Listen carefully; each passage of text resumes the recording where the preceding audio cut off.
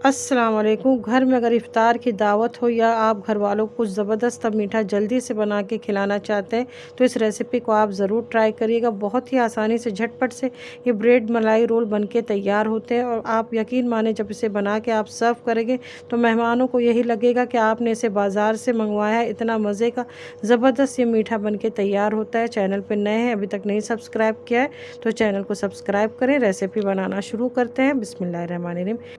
एक बर्तन में मैंने दूध डाल दिया। 1 लीटर दूध का मैंने इस्तेमाल किया है, पैकेट वाला दूध था। इसमें मैंने 5 हरी इलायची को उसके दाने को कूट के डाल दिया। थोड़े से ज़ाफ़रान हम डाल देंगे। आप ज़ाफ़रान की थोड़ी सी पत्तियां डाल दें, इससे बहुत अच्छा टेस्ट आता है। अब इसे हमने 6 से 7 मिनट तक तेज़ आंच पे चम्मच चलाते हुए अच्छी तरीके से पकाना है, जब तक अच्छी तरीके से ज़ाफ़रान का फ्लेवर दूध में आ नहीं जाता। अब इसके बाद मैंने 200 ग्राम मिल्क मेड का डिब्बा ले लिया है। पूरे डिब्बे का मैंने इस्तेमाल किया है। आपको जितना मीठा पसंद है वो हिसाब से आप एडजस्ट कर सकते हैं। मैंने अपने टेस्ट के हिसाब से 200 ग्राम के डिब्बे का पूरा इस्तेमाल किया है। अब मिल्क मेड डाल के हमने गैस की आंच को मीडियम कर देना है और दूध को इतना पकाना है कि ये 1 लीटर से पौना लीटर के करीब हो जाए। हल्की हल्की मलाई आपको नज़र आ रही होगी तो चम्मच से चलाते हुए आप मलाई को दूध में मिक्स करते रहिएगा। इसी से हमारे बहुत ही मज़ेदार से मलाई ब्रेड रोल बनके तैयार होगी। दूध को बहुत ज़्यादा गाढ़ा नहीं करना है। अब इसे हमने पकाने के बाद गैस का चूल्हा बंद कर दिया था। अब गैस पे एक पैन रख दिया। इसमें मैंने आधा चम्मच घी डाल दिया है, देसी घी। अब इसमें 250 ग्राम हमने खोआ डाल देना है। ये फीका खोआ है, या आपको कोई भी मिठाई वाले या दूध वाले की दुकान पे बहुत ही आसानी से मिल जाएगा।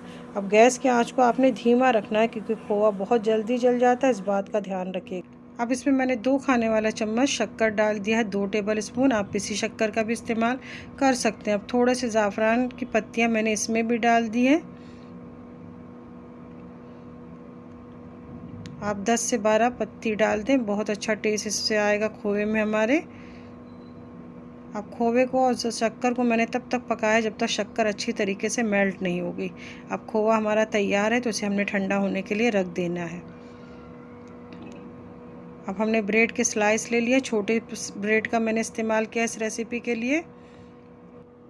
अब चारों तरफ से इसके किनारों को मैंने काट लिया है। काटने के बाद आपने इसे बेलना है, लेकिन हमें इस बात का ख्याल रखना है कि इसे हमने बहुत पतला नहीं बेलना है, पर हल्का सा हम इसे बेलेंगे ताकि ये थोड़े से फ्लैट हो जाए, ताकि रोल हो करने में आसानी हो। बहुत पतला नहीं करिएगा। अब 1 चाय का चम्मच मैंने खोआ जो तैयार किया था इसे रख दिया है और इस तरीके से हमें रोल कर लेना है। आप इस तरीके से रोल बना के हल्का सा प्रेस करके आप किसी भी डिश में इस तरीके से आपने अरेंज करते जाना है। इसे हमने किसी चीज़ से चिपकाना नहीं है। इस रेसिपी के लिए मैंने 14 ब्रेड स्लाइस का इस्तेमाल किया है। दूध को एक बार हमने अच्छी तरीके से दोबारा से मिक्स कर लिया। इस तरीके से आप छोटे छोटे कंटेनर में भी, डिस्पोजेबल कंटेनर आते हैं घर में, अगर कोई बड़ी सी दावत हो या आपको कहीं भेजना हो किसी के यहाँ तो आप इस तरीके से बना के सर्व कर सकते हैं। यकीन माने सबको यही लगेगा कि आपने इसे बाज़ार से ख़रीद के भेजा है।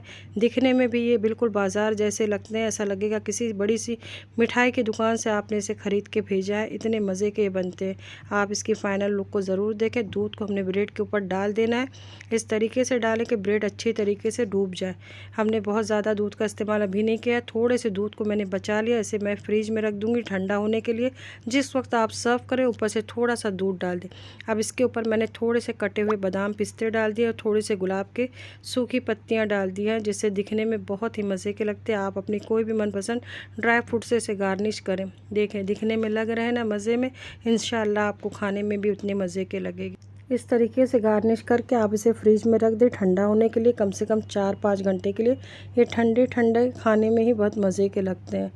इस तरीके से बना के जब सर्व करना हो तो थोड़ा सा दूध आपने ठंडा रखा है उसके ऊपर डाल के मेहमानों को सर्व करें या घर वालों को खिलाएं। इंशाल्लाह सबको ये रेसिपी ज़रूर पसंद आएगी। फैमिली फ्रेंड में रेसिपी को शेयर करना ना भूलें।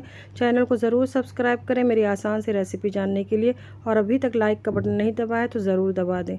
जो भी पकाएं दिल से पकाएं, प्यार से घर वालों को खिलाएं। फिर मिलते हैं नई रेसिपी के साथ। इंशाल्लाह अपना ख्याल रखिएगा, दुआ में याद रखिए। अल्लाह हाफिज़।